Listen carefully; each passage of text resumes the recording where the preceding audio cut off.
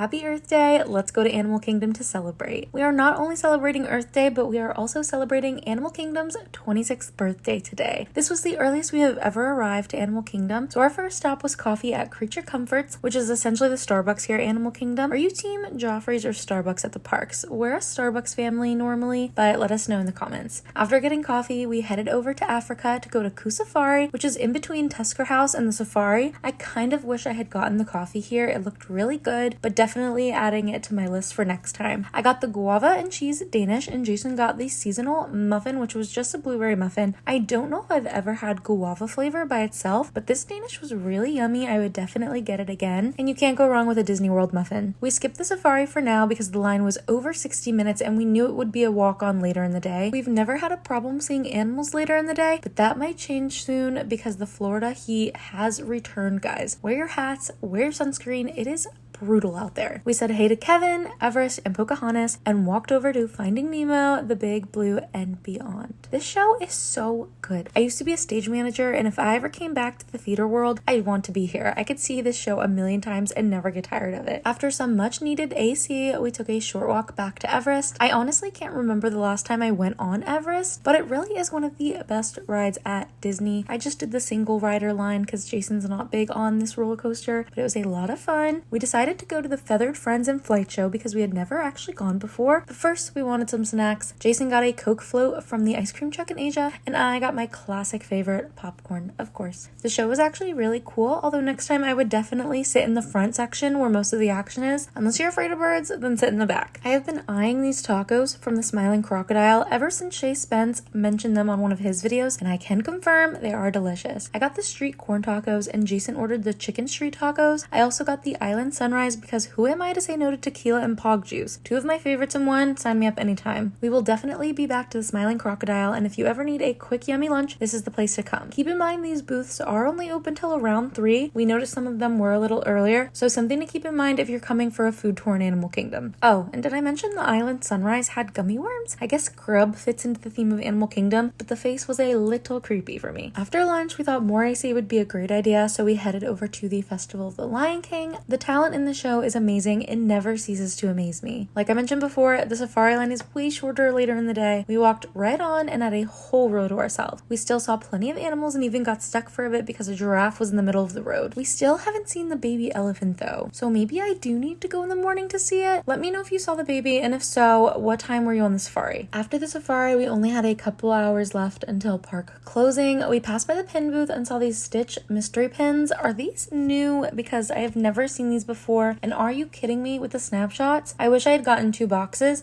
because I haven't seen them since I got them on this day. I'll post another video showing what pins we got, so stay tuned for that. Cali River Rapids was a 30-minute wait, but it just reopened before spring break, so we thought, why not? It was a hot day and a great way to cool down. We actually didn't get that wet, but others were not as lucky on our adventure. We set off on the Jungle Trek in Asia to see if we could see anything this late in the day, and it was the greatest surprise. They were putting away the bats for the day, and I watched them for a full 45 minutes.